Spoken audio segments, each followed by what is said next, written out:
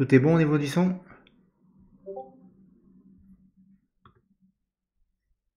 Nickel.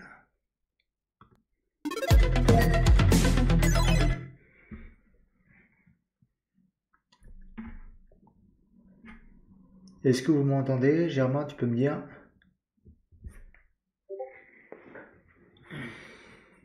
Tip top.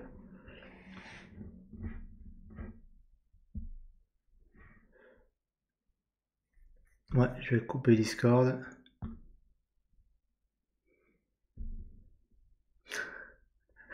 Bazar. Mais ouais, j'ai vu que c'était la mode de mettre des casquettes, alors je me suis dit, bon, j'attends que tout le monde soit là.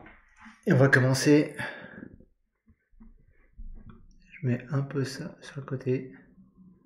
Tac.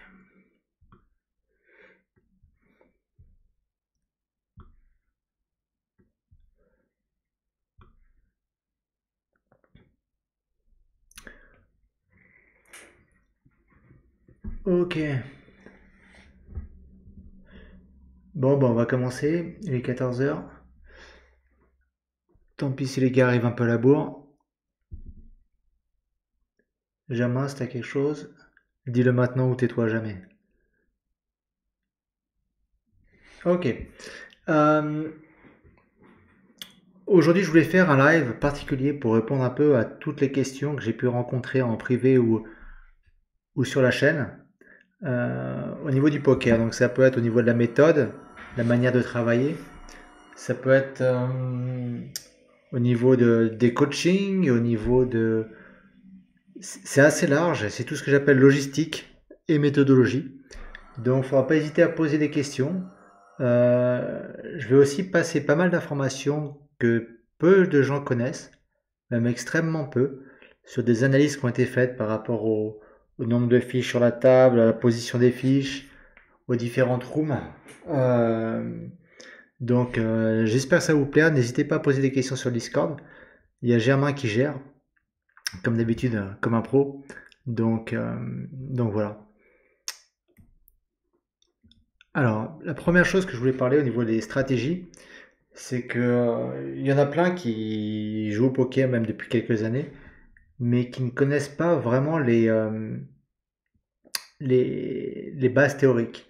Quand j'entends les bases théoriques, c'est les vidéos comme j'ai pu commencer à faire et j'ai pas continué parce que faute de temps pour l'instant, mais je le ferai, sur les polarisations, sur les dépolarisations, sur les différentes lignes, comprendre la dynamique des lignes, c'est-à-dire que une ligne qui double check au flop, on n'arrive plus du tout sur les mêmes dynamiques que sur une ligne très polarisée où on va triple barrel.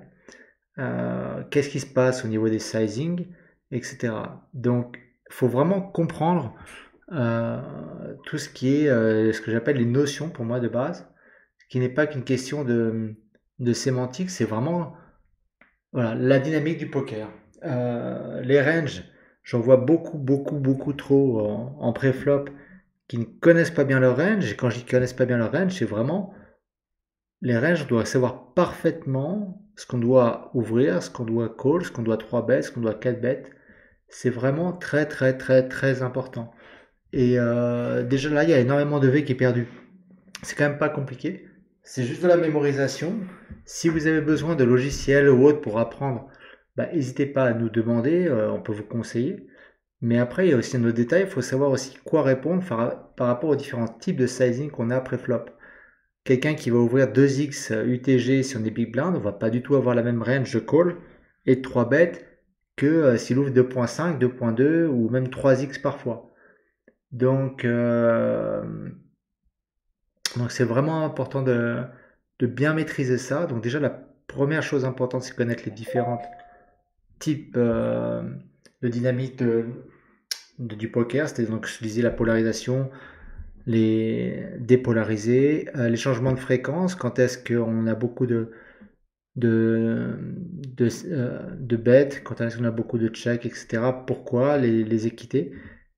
Ça, vous en avez beaucoup d'informations sur les chaînes gratuites, il n'y a pas besoin de payer. Commencez pas à acheter les bouquins sur GTO et autres, même s'ils sont bien, c'est vraiment une perte de temps pour moi. Je pense que avant vraiment d'apprendre beaucoup de choses dans ce livre, vous apprendrez beaucoup de choses autre part et beaucoup plus pratiques. Donc commencez déjà à vous intéresser à des chaînes gratuites, il y en a plein qui existent. On en partage régulièrement, en plus de la nôtre, sur le Discord.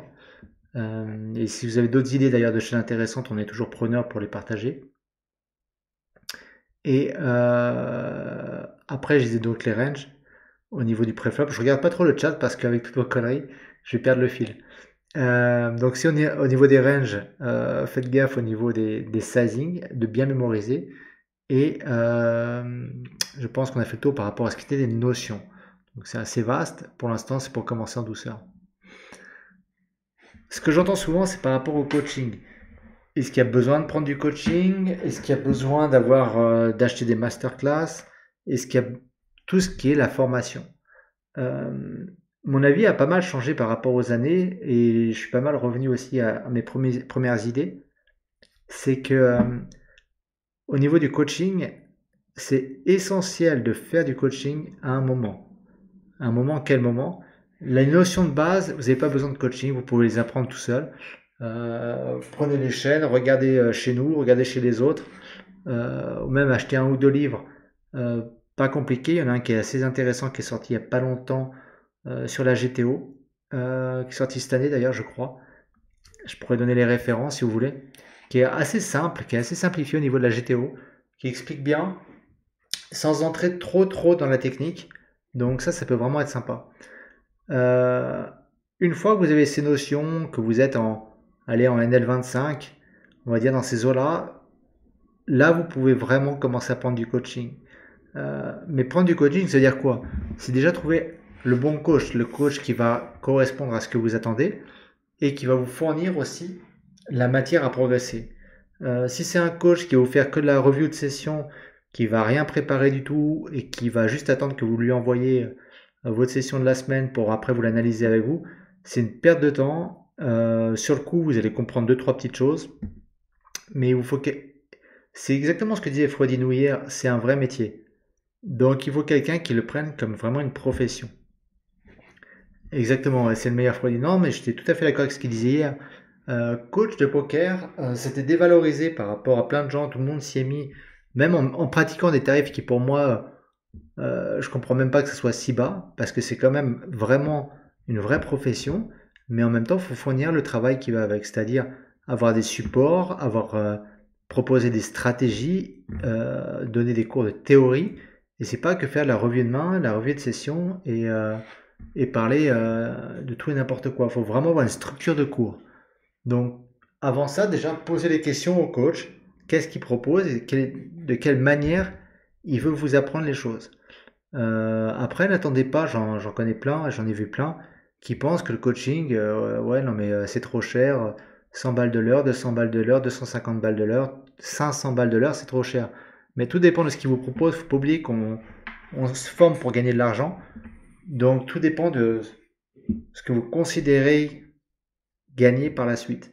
Mais un très bon coach en poker à 250 euros, sincèrement, c'est tout à fait normal. Moi, j'en ai payé même plus cher que ça. Donc, il n'y a rien qui me choque là-dedans. Je répète, ce qui est important, c'est le contenu. Euh, donc, vraiment, vous ne faites pas avoir. Il y a de tout. Faut pas discréditer ceux qui font du très bon boulot, mais en même temps, faut faire attention.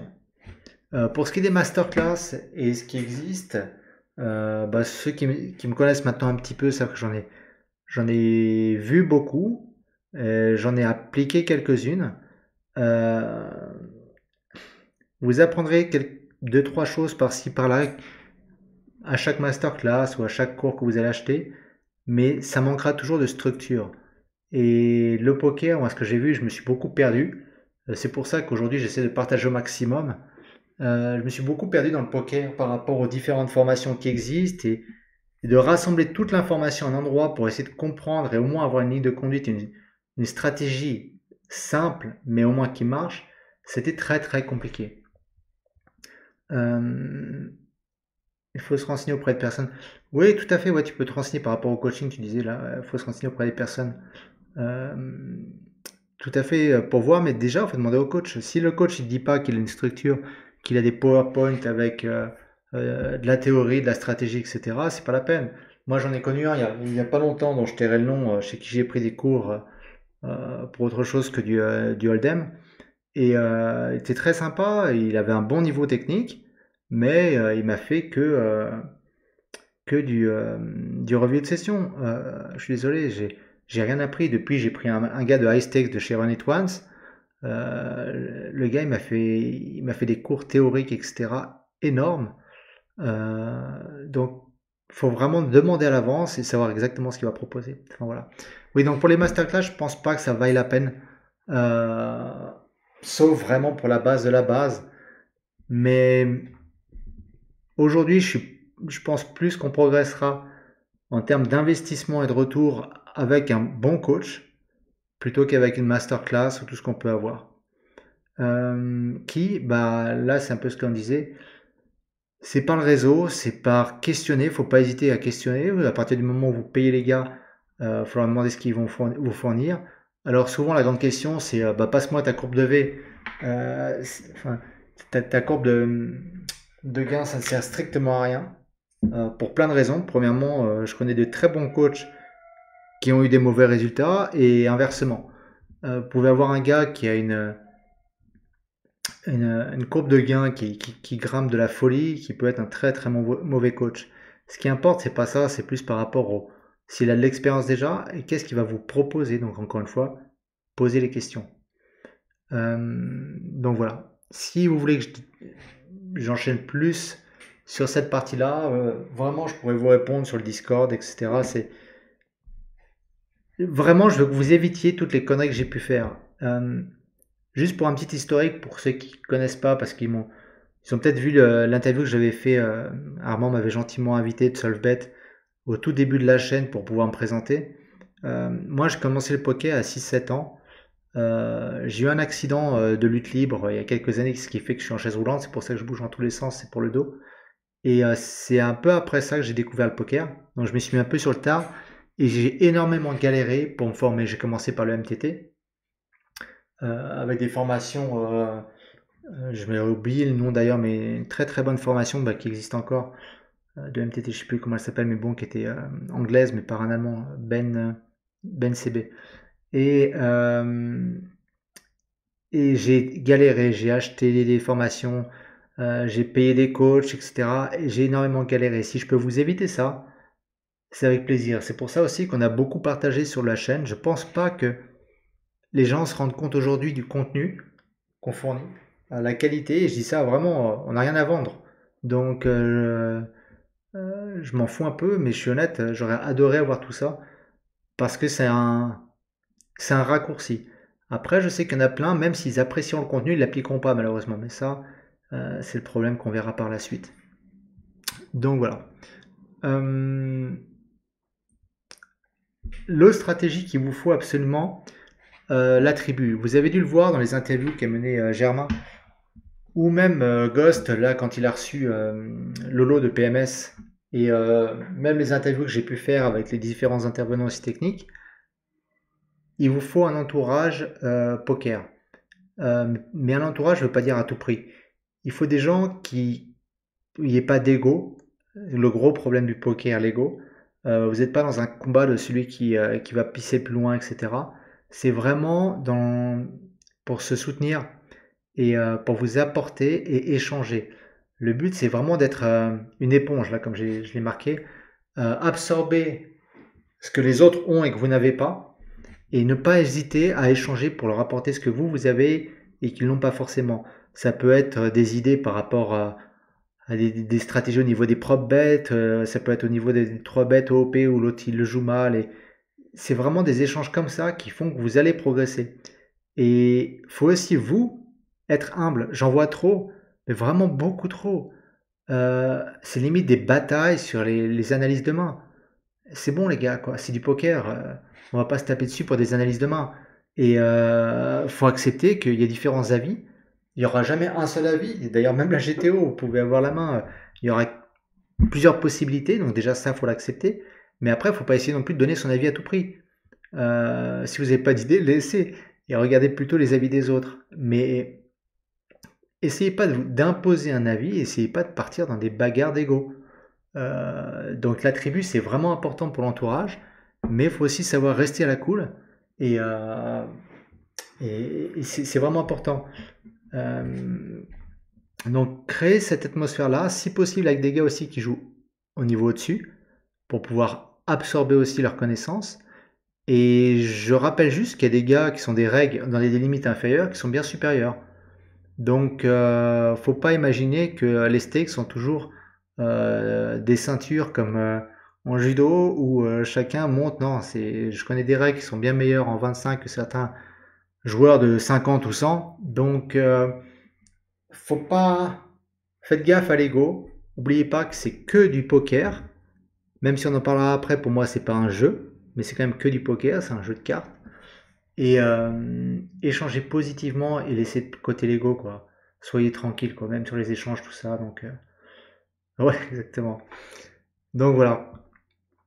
Euh, Après, par rapport, j'ai vu aussi pas mal demander s'il y avait besoin d'un solver, de quels outils on a besoin. Je pars du principe que vous voulez vraiment progresser le plus loin possible.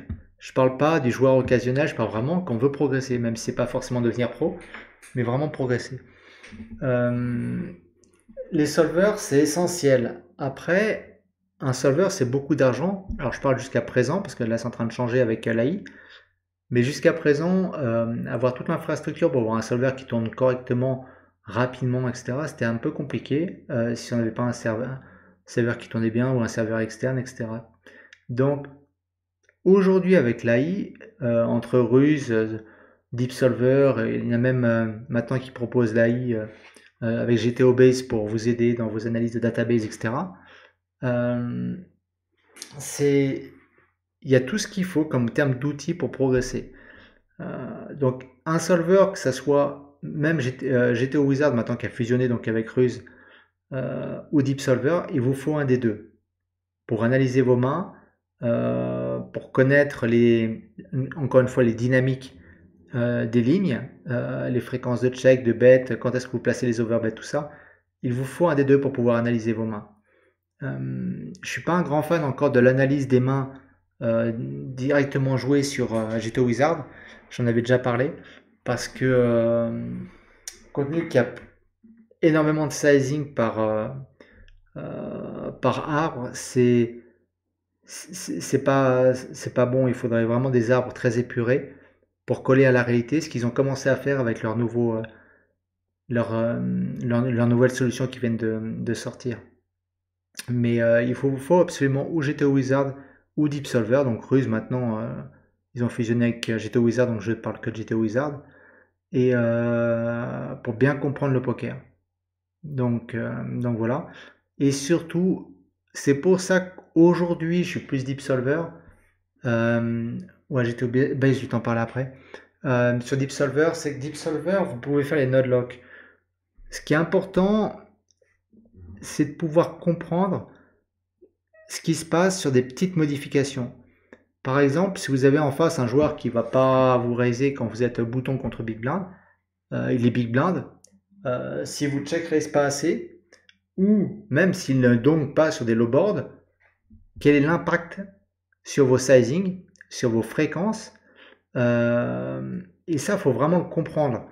Parce qu'une fois qu'on comprend ça, on va comprendre quand on est face à un aggro, face à un hit, etc., les stratégies à adopter. Donc si vous avez juste une librairie de solutions, vous ne comprendrez pas cette sensibilité par rapport aux fréquences de vilain. Dès qu'il va changer de fréquence, de check, de raise, etc., l'impact que ça a sur notre range. De la même manière, de voir l'impact que sera les solutions pré-flop sur le post-flop.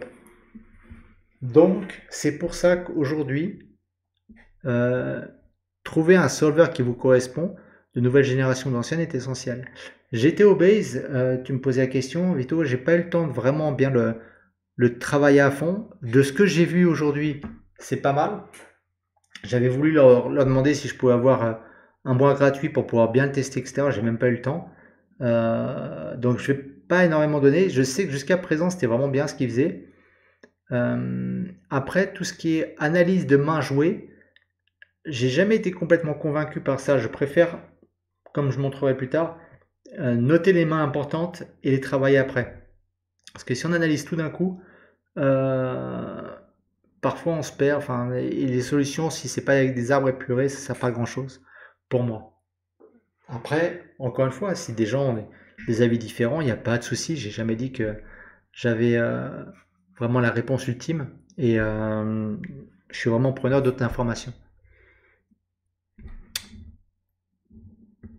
Euh, les AI ne savent pas le préfop, ça va venir, mais j'ai demandé à Deep Solver, c'est en cours, mais c'est beaucoup plus compliqué, donc ça va venir pour répondre à Antoine Normand. Euh, pour tout ce qui est stratégie, etc., donc je continue, c'était le drill. Le drill, c'est-à-dire faire de l'exercice drillé comme vous faites en sport, répéter les mêmes exercices, répéter sans cesse, sans cesse. Euh, Comment choisir ce qu'on doit driller? Déjà le préflop, je le répète. Qui parmi vous est capable de me dire qu'il a une fréquence de 3 bêtes en préflop depuis Big Blind qui est parfaite? Je suis sûr qu'il n'y en a aucun. Ou qu'il y a des ranges qui sont parfaitement maîtrisés de Big Blind notamment. Alors, je dis Big Blind parce que c'est souvent le plus, là où il y a le plus d'écart. Euh, de la même manière, quand on regarde comment les 4 bêtes, il y a énormément de problèmes de 4 bêtes parce qu'il y en a plein qui oublient, ils se disent voilà, il y a une fréquence de fold, je laisse tomber. Il faut vraiment parfaitement maîtriser le préflop et comprendre la différence si vous avez un gars qui vous 3 bêtes 10 bébés, 12 bébés, même certains 14 bébés. Putain, c'est pas la même range de call en face, c'est pas la même range de 4 bêtes. Ça paraît basique ce que je vous dis, mais c'est essentiel. Il y en a plein qui vont call la même chose. Et donc vous êtes exploitable. Vous êtes exploitable. C'est vraiment comprendre ça et savoir comment adapter votre range, même face à un 3 bêtes ou en 3 bêtes et face à un 4 bêtes et idem, c'est essentiel. Donc vraiment driller le préflop. Après, quelle ligne au niveau post-flop? Alors attendez, je regarde juste les questions. Les ranges Deep Solver et Wizard sont différents pré-flop. Oui, tout à fait. De ce que je me rappelle, donc Deep Solver a pris, ils m'ont dit une range qui existait, je sais plus dans quelle librairie. Donc eux, ils ouvrent avec des 2.20 et même le SB 2.20. Et par contre, Ruse, eux, de mémoire, hein, attention, je peux me tromper, c'est sans rake. Mais de toute façon, tu peux les changer les deux, donc tu t'en fous un peu, quoi. Ouais, Wizard, bah, ils vont devenir plus un vrai solver, comme tu dis, puisque ils ont fusionné avec Ruse, donc ils vont pouvoir proposer maintenant une librairie élargie et surtout modulable. Donc, euh, donc voilà. Comment travailler en fonction des tailles de 3 bêtes? Bah déjà, si tu as que GTO Wizard, tu peux regarder par rapport ils ont différentes solutions par rapport à des sizing 3 bêtes plus petits ou des sizing 3 bêtes GTO. Et déjà, tu vas pouvoir voir l'impact que ça a. Et donc, sur ta range, tu vas pouvoir voir la différence de fréquence. Alors, pas forcément, la différence de fréquence, c'est pas forcément visuel, mais il suffit déjà que tu regardes sur ton range de call et de 4 bêtes l'impact que ça a, et tu pourras forcément le transposer après. De la même manière, si tu veux savoir Big Blind comment il se défend par rapport à un 2x ou un 2.5x de la part de UTG, sous GTO Wizard, c'est gratuit en plus, tu peux le voir parce que tu as les deux types de solutions. Donc déjà, tu peux aussi le transposer, tu vois qu'il y a une réduction à peu près d'une ligne sur la droite et une ligne verticale, une ligne horizontale. Hop, donc tu peux le transposer en disant 3x, hop, c'est encore un coup de plus. Et ainsi créer quelque chose d'assez heuristique où tu crées des moyens mémotechniques de te rappeler. Non, non, Wizard, c'est pas un vrai solver. C'est une librairie de solutions, mais c'est pas un vrai solver. Mais les solutions sont faites, bah, bien sûr, avec Pio de mémoire. Euh, Après, pour driller, là, je vais vous donner des informations du top niveau. Non, je rigole pas en plus, c'est vraiment essentiel. Comment savoir quoi driller et quoi travailler? Euh, Là-dessus, on peut utiliser des chiffres. Ça va être beaucoup plus simple et surtout, personne ne vous dira, moi je pense qu'il vaut mieux bosser ça. Si on pose aujourd'hui la question, ok, quelle ligne dois-tu le plus travailler? C'est une chose. Mais quel spot on doit travailler? comment décider que tel spot est plus important que le tel? Il y a une méthode qui est très simple. On va regarder quel spot. Alors quand je dis spot, c'est une street sur une ligne. Par exemple, le double barrel en SRP, bouton contre Big Blind. On regarde toutes les occurrences, donc toutes les fois où chaque spot se produit. Déjà, ça nous donne une indication, lequel va être le plus récurrent. Mais c'est pas complet. Ça ne nous dit pas que c'est là où il y a le plus d'argent à gagner. Donc, ce qu'on peut faire après, c'est regarder la taille du pot par rapport à ces positions-là. Donc, je m'explique. Bouton contre bébé, si je reprends l'exemple. Si je reprends le spot au flop, on aura donc un pot qu'on peut connaître déjà. Donc, par rapport au nombre d'occurrences, si on travaille le 6-bet au flop, on peut multiplier l'occurrence par rapport à la taille du pot. De la même manière, si on fait un 2 barrels et qu'on travaille juste le 2 barrels, donc à la turn, bouton contre Big Blind, on peut regarder le nombre d'occurrences et regarder cette fois la taille du pot. Et le multiplier, le diviser par le nombre d'occurrences totales. Ainsi, on peut voir quel spot aura vraiment... Ouais, c'est pas si compliqué que ça, dit comme ça, parce que j'ai pas voulu l'écrire. J'ai envie que les gens ils se concentrent un peu. Mais en gros, ce qu'il faut retenir, c'est que si on trie tous les spots qui existent au poker par rapport à ce qu'ils rapportent et le nombre de fois qu'ils arrivent, le plus important à bosser, alors je vous ai fait la liste, c'est par exemple en tête des têtes, c'est le double barrel quand vous êtes 3 bêtes en 3 bêtes OOP PFR.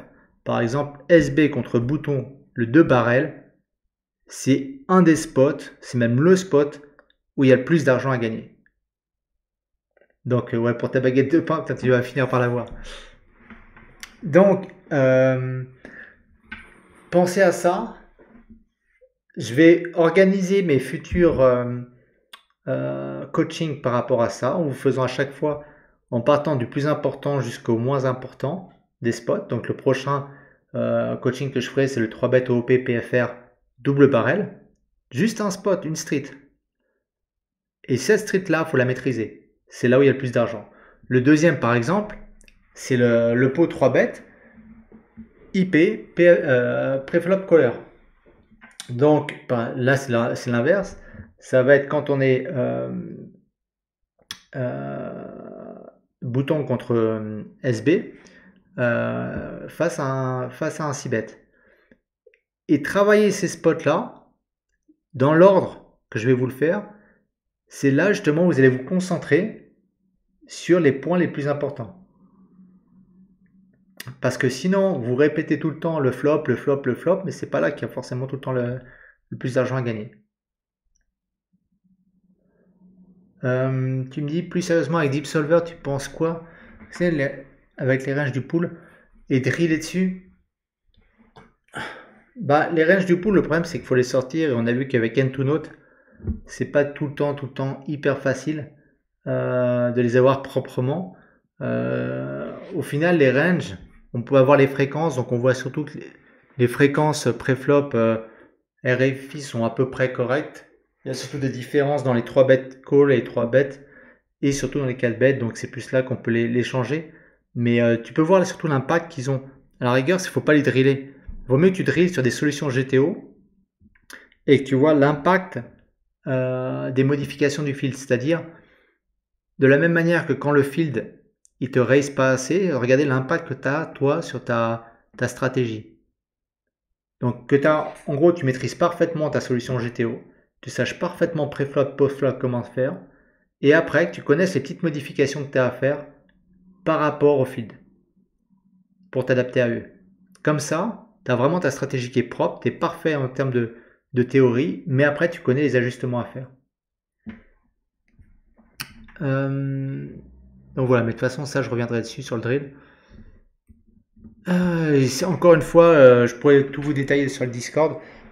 Mais là, je voulais vraiment que vous concentriez sur ce que j'expliquais et pas forcément sur les chiffres et tout ça.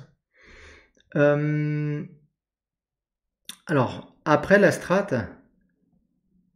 il y a beaucoup de choses à dire en même temps. J'essaie de pas trop vous noyer. C'est important j'ai beaucoup de gens qui m'ont demandé, et des gens que j'ai donné un coup de main en début d'année, je leur ai demandé, mais est-ce que vous avez une strat? Oui, oui, bah on sait, on joue en NL100 ou en NL200, on sait quoi faire à tel moment. Non, mais est-ce que vous avez une strat? Est-ce que vous avez tel type de sizing au flop par rapport à telle position et telle situation? Est-ce que vous savez comment réagir dans telle situation? Est-ce que vous avez toute une stratégie qui est mise sur papier? Vous savez parfaitement quoi faire dans telle position? Si je vous dis un 2 barrel bouton contre bébé, est-ce que vous savez quel sizing vous utilisez, dans quelle situation, quand est-ce que vous checkez? Vraiment, est-ce que tout ça est bien clair? Est-ce que votre stratégie est bien vraiment claire par rapport à ça? Et c'est essentiel. Et je reviens à ce que je disais par rapport au coaching tout à l'heure. Ça doit faire partie de ce qu'un bon coach doit vous fournir. Un coach doit vous fournir une stratégie complète. Quand est-ce que vous allez, que vous sachiez que vous ayez une feuille de route en sachant, ok, quand est-ce que je dois raise, quand est-ce que je dois bet. Alors bien sûr, le poker, c'est pas parfait. Vous aurez toujours des degrés de liberté par rapport à ça.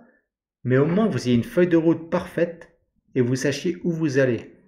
Quand est-ce que vous allez pouvoir bluff? Quand est-ce que vous pouvez pas bluff?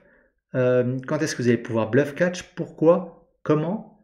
C'est essentiel. Si aujourd'hui, vous n'avez pas une vision claire de quelle est votre strat, quand est-ce que vous pouvez bluff sur quelle ligne, quand est-ce que vous pouvez pas bluff, quand est-ce que vous pouvez bluff catch ou pas, c'est qu'il y a un problème et que vous ne pouvez pas continuer à aller plus loin dans le poker.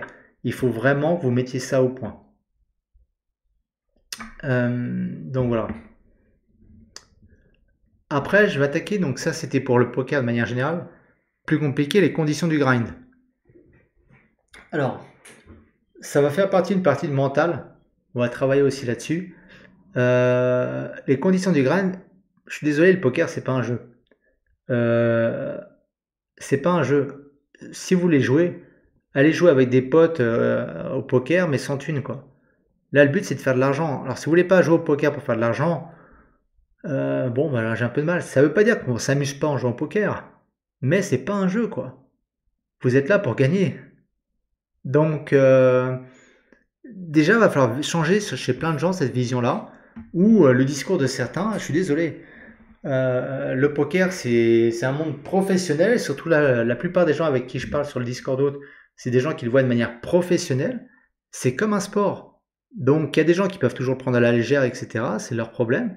Si vous voulez progresser, il faut le voir de manière professionnelle. Même si vous n'êtes pas pro, même si vous ne voulez pas devenir pro, il faut le voir de manière professionnelle. Donc, structurer les choses et être sérieux. Vous allez jouer à une table ou vous allez vous mettre pour jouer online, que ce soit MTT, que ce soit PLO, que ce soit Hold'em, que ce soit Cash Game, n'importe quoi. Déjà, vous vous préparez avant. Ça veut dire quoi se préparer avant? Ça veut dire avant, vous réfléchissez, ok, comment je me sens, etc. Je me sens pas bien, je sais pas, je viens de m'engueuler avec ma femme ou autre, laissez tomber. Je viens de parler avec Germain, laissez tomber. Spécial dédicace Germain. Ne jouez déjà que si vous êtes en condition. Après, par exemple, pour moi, je peux parler pour moi, je ne vous dis pas que c'est parfait. Je commence toujours normalement à faire 10-15 minutes de drill. C'est-à-dire où j'ai des Hanky cards, je ne sais pas si certains connaissent. Donc des cartes où je revois les spots où j'ai perdu de l'argent et j'ai fait donc, je revois ces spots-là avec l'analyse que j'ai faite après pour pouvoir me les remettre en tête. Ça permet de me reconnecter. Ou sinon, je peux jouer pendant 10-15 minutes sur GTO Wizard ou sur DTO Poker, etc. Sur des traîneurs pour pouvoir vraiment commencer à mettre en condition, à avoir mon cerveau qui... Mais comme on se chauffe quand on fait du sport, je pense qu'il y en a quand même pas mal qui font du sport et on va pas jouer comme ça, on va pas se faire un tournoi comme ça sans s'être réchauffé avant, c'est n'importe quoi. Le poker, prenez-le comme ça. Imaginez que c'est vraiment, c'est du foot, c'est du tennis, c'est du judo, c'est de ce que vous voulez. On n'y va pas comme ça. On chauffe avant, quoi. Donc, prenez-le vraiment comme ça. Après, arrêtez les distractions. Il y en a qui jouent et en même temps, quand leur ordinateur à côté est allumé et qui regarde les news du jour. Alors, je dis ça parce que je suis le premier à le faire. Hein. Je l'ai fait énormément. J'étais capable de répondre à mes emails en même temps que je joue au poker. Donc, arrêtez ces conneries-là, quoi. C'est, encore une fois, quand vous commencez comme ça, vous dites, attends, non, non. Là, le but, c'est que je fasse le moment de déconcentration, vous avez peut-être loupé une information. Vous êtes peut-être déconnecté au niveau du cerveau, vous êtes plus bon. Donc, arrêtez. Je répète, c'est pas un jeu, quoi. Pour Enki, ouais, j'en parlerai sur. On avait commencé à en parler. Il y a même je crois que c'était Anto qui avait partagé, je sais plus, qui avait partagé des cartes Enki, etc. sur les strats qu'on avait faites. Et c'est vraiment intéressant, mais je pourrais en reparler plus sur le Discord. C'est vraiment important. Donc, faut, faut vraiment déjà arriver et ne pas jouer, mais arriver comme un pro.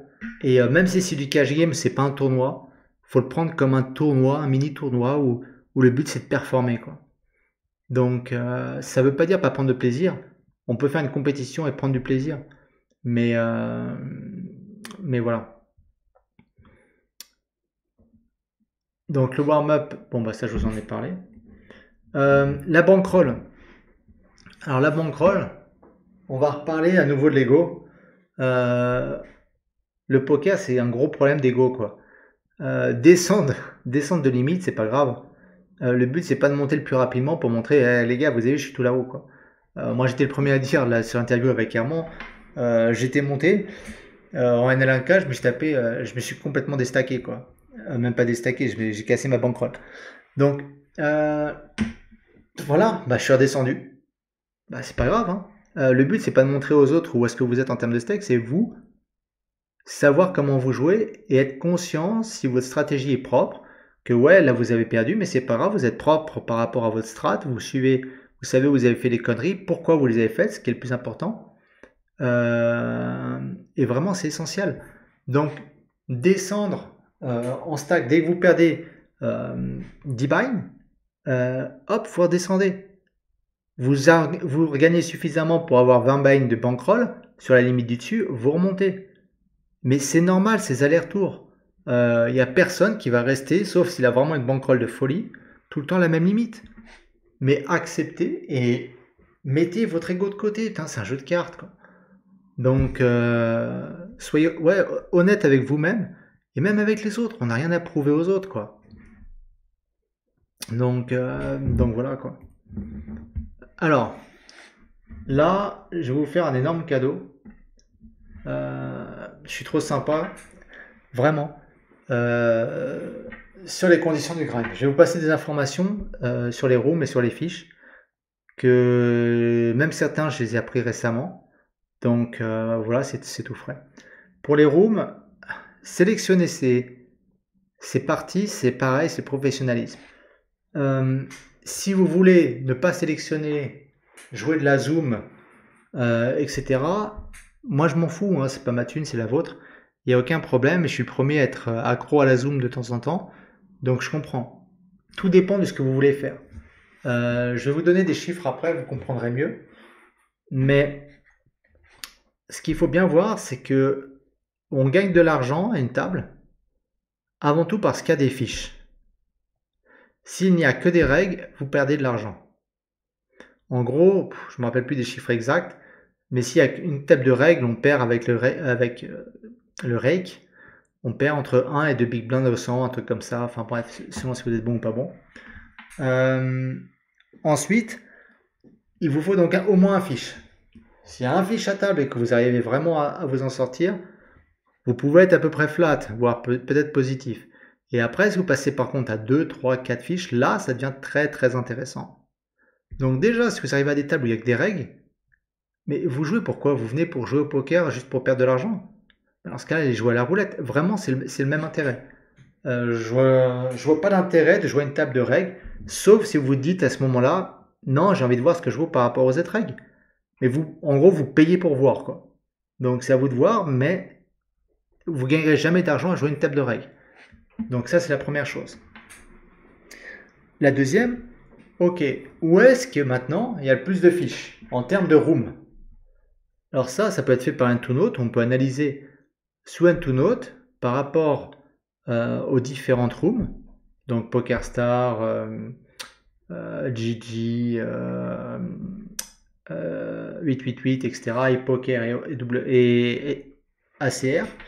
On peut analyser le nombre de fiches, en filtrant par exemple les baleines avec les V-pips de plus de 50.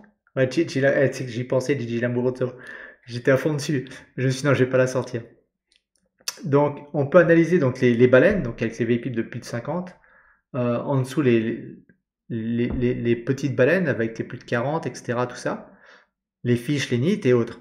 Et on peut analyser ça sur toutes les rooms et les classer donc par rapport à la proportion de baleines, la proportion de fiches et ce qui reste en règle. En gros, ce qui ressort, c'est assez intéressant.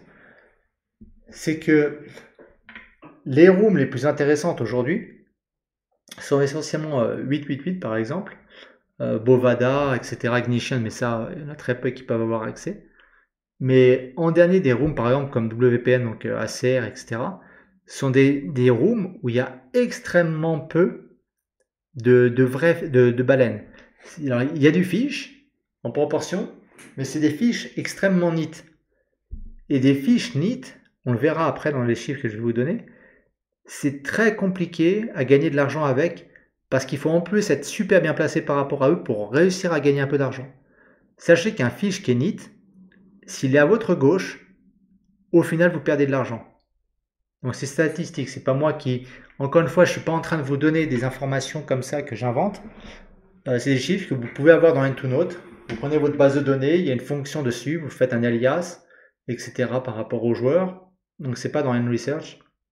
Et vous pouvez avoir la proportion par rapport au nombre de nits à la table, de gains, etc. Tout ça. Donc ça, bon, je pourrais à l'occasion faire un tuto là-dessus, c'est assez intéressant à faire. Donc ce qu'il faut retenir, c'est que c'est vraiment important de sélectionner votre room. Et après, on peut faire la même chose sur les tables Zoom et sur les tables régulières. Et ce qu'on voit, pourquoi une table Zoom n'est pas intéressante, premièrement, parce que vous ne pourrez pas sélectionner le nombre de fiches que vous aurez à la table. Premièrement.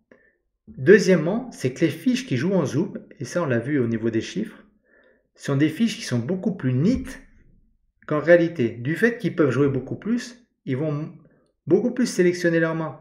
Alors que sur des tables régulières, ils vont avoir envie de jouer, envie de mettre de l'argent sur la table. Je pense que vous l'avez tous vécu.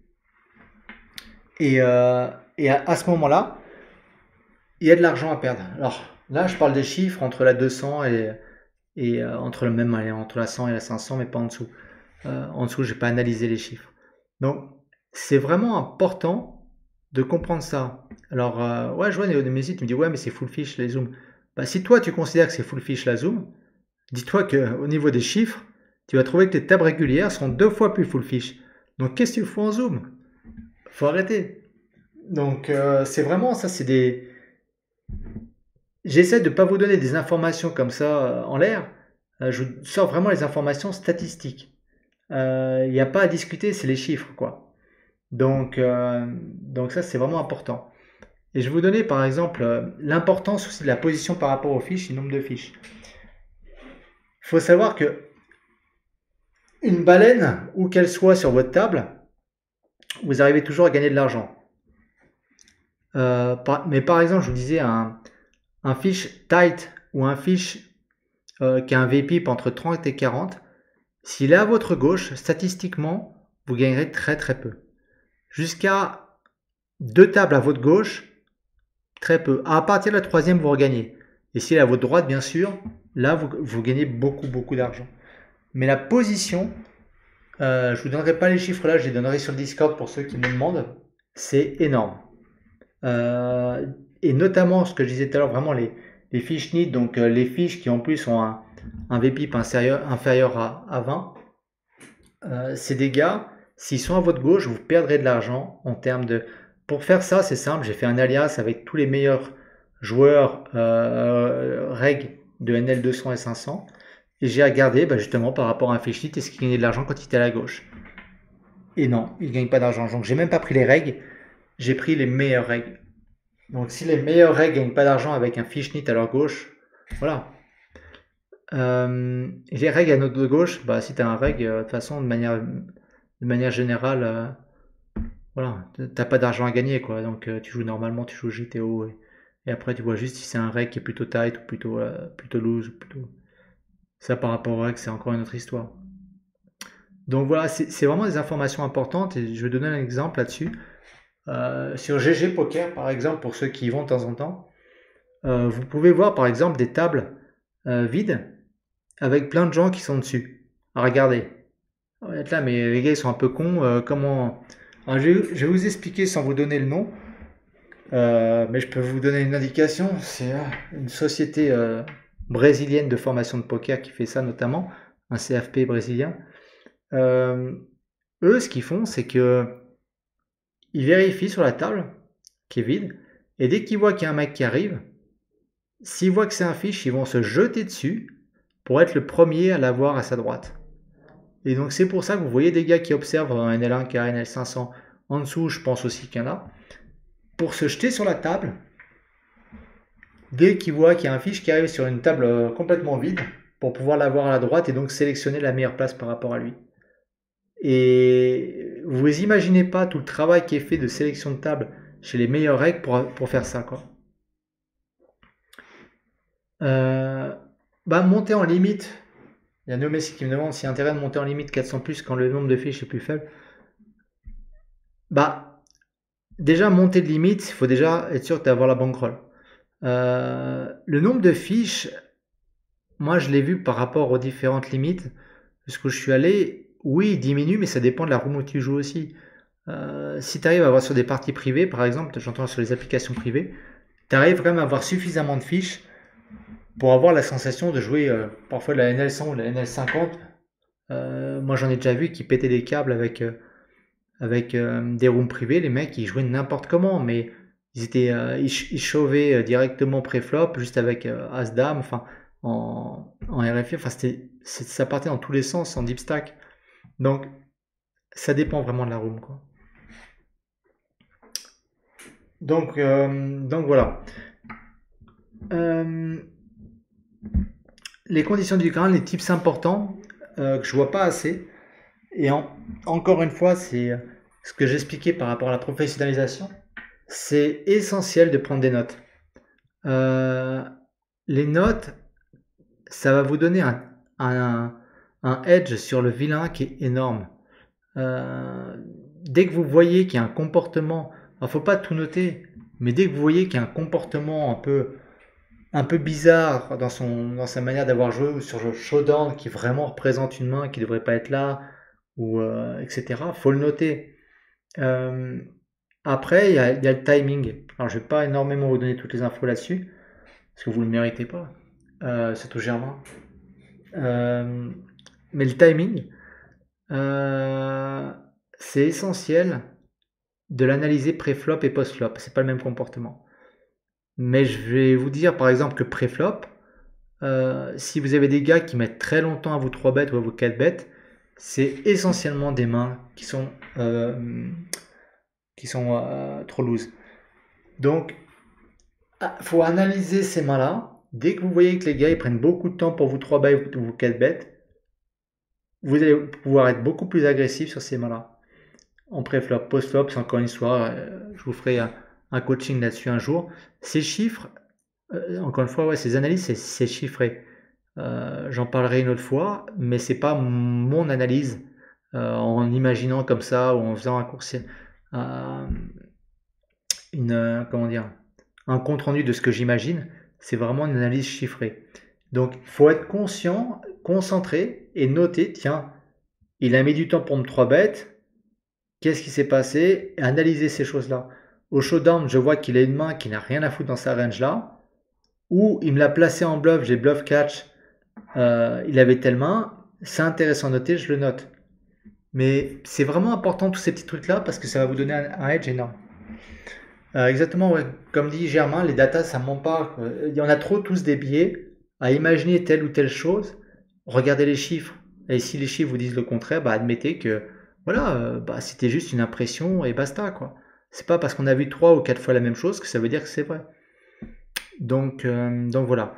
Les autres choses importantes, moi je vous donne par rapport à moi, ce qui m'a beaucoup aidé, c'est de me mettre des genres de post-it.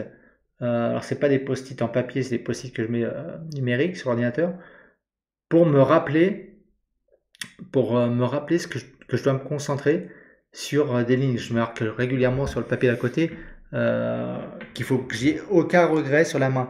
C'est-à-dire, la main, même si je la perds, il faut que je sois capable de la regarder en me disant, ok, t'as joué à peu près correctement. T'as pas fait un truc à la what the fuck, quoi. C'est vraiment. Donc, le fait de l'avoir écrit à côté de moi, c'était Yolan qui m'avait dit ça. Et c'est vrai que ça m'a beaucoup aidé d'avoir voilà, un rappel sur le côté avec des points importants. Alors, pas beaucoup parce que sinon on se perd, mais des points importants sur ok, reste sur ta manière de jouer les mains. Reste pas GTO, mais c'est sois confiant par rapport à ta manière de jouer. Et surtout, après, n'aie pas de regrets. Donc, joue de manière à pas avoir de regrets par rapport à ta manière de jouer. Commence pas à essayer des trucs où tu te diras après, bah non, merde, même que ça marche ou que ça marche pas, c'est pas la question. C'est de pas le regretter parce que sur le long terme, sinon sur derrière, ça serait perdant. Donc, donc c'est vraiment essentiel, quoi. Euh, donc voilà, ça c'était pour les conditions quand vous grindez.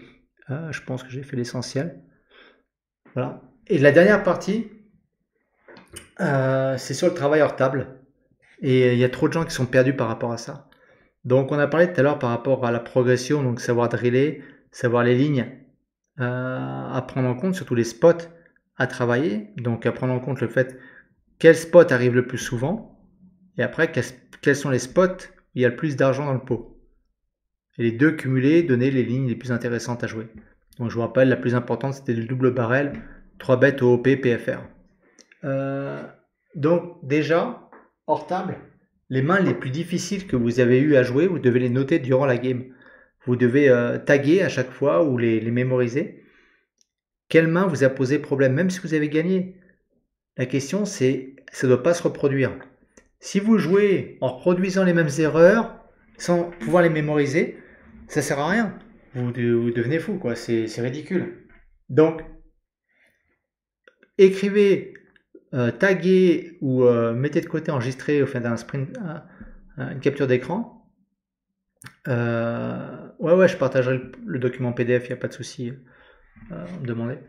Donc, ce travail sur les mains difficiles est important. Et je reviens à ce que je disais avec, par exemple, Anki ou autre. Il y a plein de logiciels qui permettent ça. Vous pouvez par exemple tout à fait faire un screenshot de la main qui a été jouée, mettre après votre analyse en dessous qui a été travaillée, ce que vous auriez dû faire par rapport à votre analyse GTO, et après, avec ces cartes-là de mémorisation, les retravailler par la suite, ce qui va vous permettre de retravailler votre mémorisation et de ne pas l'oublier. Donc c'est comme ça que ça peut être intéressant de travailler. Après, il y a revoir les plus grosses pertes. Donc, il y a les mains difficiles que vous avez vues, mais reprenez dans votre base de données ou autre les mains qui vous ont vraiment coûté le plus. Parce que celles-là, vous les avez peut-être pas notées, mais elles ont eu un gros impact. Regardez s'il n'y a pas eu de problème. Si vous voyez que ce que vous avez fait est correct par rapport à la théorie, bon, c'est autre chose. Mais si vous voyez des erreurs, vous les passez en main difficile, vous les mettez de côté pour pouvoir vous les revoir de temps en temps. Et, ou même par rapport au début de session, ce que j'expliquais, revoir les mains qui ont été notées, ça c'est intéressant. La liste des lignes à bosser, donc ça je le répète, c'est important. Moi je vais vous faire des coachings à chaque fois ciblés par rapport à ça, pour vraiment arrêter. J'en vois trop qui se concentrent sur le c-bet, etc. Aujourd'hui, quasiment tout le monde sait jouer le flop, à peu près. J'exagère un peu, mais presque. Parce qu'en plus, il y a très peu d'impact en termes de V. Je l'avais déjà dit plusieurs fois, mais que vous soyez en un bet un tiers, un quart, trois quarts, overbet, etc., l'impact en termes de V est ridicule par rapport à la turn et la river. Donc, c'est pas là que vous voyez le plus d'erreurs.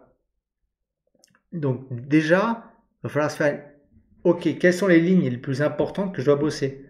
Donc, par exemple, en SRP, je vais vous dire les spots. En SRP, le premier, donc c'est par exemple la défense OP preflop caller, donc notamment Big Blind. Il y en a qu'un Big Blind face à un C-bet. Quand est-ce que je dois check raise, quand est-ce que je dois call, quand est-ce que je dois fold, de bien le travailler. Le deuxième, c'est le 2 barrel IP contre Big Blind. Donc, c'est pas le 6-bet, c'est le 2 barrel. Donc, quel sizing utiliser par rapport au sizing flop, quel sizing utiliser par rapport à la dynamique du board, etc. Donc, c'est vraiment se focaliser sur des spots bien précis. Ensuite, 4, les driller. Donc, vraiment, pour les mémoriser, faire du trainer. Alors, ça peut être avec des solutions PioSolver que vous avez récupérées parce que l'arbre, etc., vous l'avez travaillé avec des potes ou tout ça, quelqu'un vous l'a passé. Ou ça peut être avec GTO Wizard ou autre, même si là, il y a beaucoup de sizing. Mais là, maintenant qu'ils commencent à les simplifier, et surtout avec Rust, ça va aller. Ou sur Deep Solver, où là, vous pouvez créer même vos différents sizing et les bosser. Donc voilà. Les fiches, c'est ce que je vous disais. Donc, c'est faire des Enki, etc. Pour mémoriser. Vous ne pouvez pas avoir tout dans la tête. Et je suis le premier à avoir fait l'erreur. C'est que j'estimais que je m'en rappelais, il n'y a pas de souci, mais vous oubliez. Le 6, c'est la database review. Il faut avoir dans son PT4 ou dans son N2Note ou Hold'em Manager, il faut avoir régulièrement une analyse où est-ce qu'il y a des écarts de votre jeu par rapport à la théorie. C'est hyper important pour pouvoir être conscient justement de ces leaks. Laissez pas vilain les analyser pour vous, quoi. Donc, c'est par exemple sur PT4, vous pouvez facilement avoir des filtres, etc. pour voir par rapport à la GTO où est-ce que vous en êtes, etc. C'est vraiment important. Faites bien analyser ces bases de données. Vous pourrez vraiment tout d'un coup vous rendre compte qu'il y a certains endroits vraiment où vous êtes dans les clous, notamment si je prends par exemple les check raise en big blind, ce qu'on disait, vous pouvez vous rendre compte que vous êtes parfois énormément dans les clous. Ou par exemple sur les calls, big blind contre SB, etc. Donc soyez bien conscient de votre manière de jouer et de vos leaks. Trouvez vos leaks. Et pas ceux dont vous avez l'impression, mais ceux qui sont chiffrés. Je regarde juste ce que vous dites. Préflop et exploit. Alors, Theory of Poker, ouais, tu me dis. J'ai déjà fait des vidéos sur le préflop et pas mal exploit déjà, qui sont sur la chaîne YouTube. Tu peux voir. Il y a beaucoup de choses dessus que j'ai essayé de partager. Donc ça, il y a pas mal de trucs. Un récap des lignes à bosser avec une jolie cover derrière. Non, je ferai pas un récap, mais j'en parlerai. Ouais, enfin si, mais je ferai un récap parce que de toute façon, mes coachings seront pris dans cet ordre-là, avec la prochaine ligne en dehors de la session de review demain que je vais faire mercredi. Après, je vais les faire spot par spot les plus importants. Donc de toute façon, on va les faire un par un. Donc ça c'est clair. Donc voilà. Et après, ouais, regrouper les erreurs. Bon bah c'est toujours pareil. Là c'était juste pour vous dire que il faut vraiment ne pas tourner en rond. Je le répète, si je vous dis ça, c'est je vous juge pas, je me juge en même temps parce que j'étais le premier à faire les conneries et à les recommencer. Et si vous les mettez pas sous fiche, sous carte, etc., que vous regardez pas régulièrement, et je vous dis le top, c'est vous faites des petites fiches ou des Yankee cards ou ce que vous voulez, et vous prenez 5 minutes avant de jouer pour les regarder à nouveau. 5 minutes, c'est tout. Et sur cette fiche, vous avez une copie d'écran de la main, en dessous une copie d'écran GTO ou votre marque, et vous regardez ça, clac, clac, clac, clac, ça vous... En 5 minutes, vous devez avoir une quinzaine, vingtaine de spots. Et hop, après, vous pouvez commencer à jouer. Et à force de les regarder comme ça, vous allez mémoriser, vous rappeler vos erreurs. Et ça, c'est hyper important, quoi. Donc voilà, bah écoutez, je crois que j'ai fait l'essentiel de ce que je voulais vous dire. J'ai essayé de faire le plus court possible et le plus concentré. Si vous avez des questions, allez-y sur le chat. Ouais, les mind maps. Bah, moi, les mind maps, j'ai beaucoup de mal. Je trouve que ça part un peu dans tous les sens. Ça a été la grande mode à un moment. Mais c'est encore personnel. C'est pas parce que moi, ça marche pas que chez vous, ça marcherait pas, quoi. Mais les mind maps, j'ai vraiment du mal parce que il y a des flèches partout. Je préfère les Anki cards.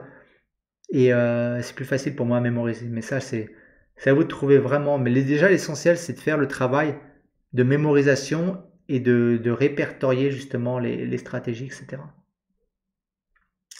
Ok, bah écoutez, si vous n'avez pas plus de questions, On va s'arrêter là. Et n'oubliez pas sur le... ouais, l'écharpe, non mais tu rigoles, mais ça caille en Suisse. Ça caille grave. C'est pour ça. Le coaching, sur le cash game, ouais, pour l'instant, sur le cash game Hold'em. Je voulais faire le cash game PLO, mais j'ai pas l'impression qu'il y ait grand monde. Donc, on va attendre. Quel format? Bah, je joue du cash game Hold'em essentiellement. Maintenant, j'essaie de me mettre au PLO. Jouer jusqu'en 501K. Là, maintenant, je suis plutôt sur la 400-600. Faute de bon croix. Parce que je m'étais un peu court-circuité. Donc voilà. Non, j'ai pas de CFP. Le but de la chaîne, c'est de. J'ai pas de CFP, je propose pas de coaching et je veux pas en donner. Pour Anthony Lala qui demande. Ça me saoule, pour être très clair. Donc non, j'ai rien à vous faire payer, je suis désolé.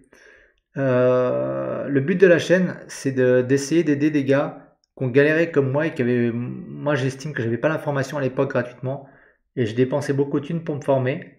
Et même parfois, je dépensais de la thune alors qu'avec des gars qui devaient me former et qui l'ont pas fait. Donc, si je peux vous aider, c'est avec plaisir. Et bah, vous verrez avec le nombre de vidéos qu'on a partagées et de stratégies qu'on a partagées sur YouTube gratuitement, je pense que vous comprendrez que rien qu'avec ce qu'on a donné, il y a de quoi faire de très bons joueurs, je pense. Les tournois, j'en ai fait au début et je l'avais déjà expliqué, je peux pas parce que au niveau du dos, avec la chaise, c'est compliqué à tenir. Donc je préfère le cash game parce que si j'ai envie de m'arrêter, je peux m'arrêter plus facilement. Donc c'est pour ça. Euh, ah oui, autre chose, j'ai oublié. Donc la suite, donc je vous ai dit, donc maintenant on va faire beaucoup de streaming comme ça. Donc revue de main et coaching live, etc. Tout ça. Germain aussi fera les actus et les interviews, enfin on a pas mal de trucs. Le mental, on va encore, je suis en train de discuter avec quelqu'un, mais j'en parlerai une fois que ce sera finalisé, pour venir, un autre coach mental qui sera en interview pour vous donner un coup de main, et moi aussi d'ailleurs, pour pouvoir parler, échanger sur les problématiques du mental au poker. Donc ça, c'est prévu aussi. Il y a Detox qui m'a contacté aussi pour que j'accompagne les joueurs français qui veulent aller chez eux. Donc pour faire le lien entre eux et les joueurs, pour ceux qui sont intéressés. Et je suis en train de négocier aussi pour ceux qui sont intéressés des réductions, des trucs comme ça, pour pouvoir avoir par rapport à la chaîne des avantages compte tenu qu'on est souvent en groupe, comme on l'a fait avec la team MDA, avoir des petites réductions par-ci par-là par rapport au fait qu'on est plusieurs à commander les mêmes trucs. Donc je vous tiendrai au courant de ça. Et voilà. Et je fais partie de Solvebet. Non, non, non, non. C'est des gens que je connais qui sont très sympas avec moi et qui m'ont beaucoup aidé. Poker Crusher, non, c'est début d'année. Et non, non, on est deux entités séparées, mais de toute façon, nous on est potes avec tout le monde parce que encore une fois, on peut faire la pub de tout le monde. C'est avec plaisir. Hier, on a fait de la pub pour Poker Academy avec Frodinou. On a même fait de la pub pour lui, c'est avec plaisir. Yolan. Il y a deux, ah oui, c'est l'interview de Il y a deux écoles qu'on va sortir, qui a été faite par Germain aussi, qui était un mec qui était adorable. Et il y a Chichi aussi qui est en cours. Et voilà. Donc vous savez tout. Donc voilà. Bah écoutez, passez un bon week-end. Et si vous avez des questions, n'hésitez pas à aller sur le Discord et on y répondra quoi. Allez, passez une bonne journée. Ciao, ciao.